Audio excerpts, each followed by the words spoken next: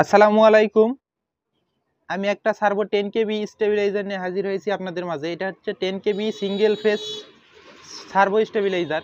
তো এটা হচ্ছে সামনের অংশ, এটা কিন্তু সেকেন্ড হ্যান্ড স্টেবিলাইজার, এটা ডিলে সুইচ, এটা লক। তো এটা হচ্ছে ভিতরের অংশ।